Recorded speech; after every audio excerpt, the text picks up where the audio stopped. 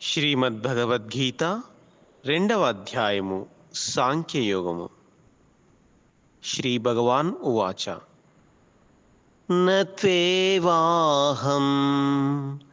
జాతు నాసం నత్వం నేమే జనాదిపాః నచైవ న భవిష్యామః సర్వే వయమతః పరం.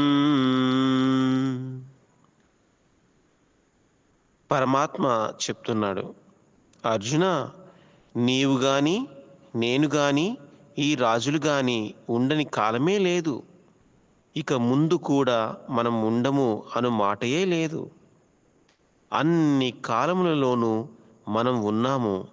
ఆత్మ శాశ్వతము, అది అన్ని కాలముల యందును ఉండును.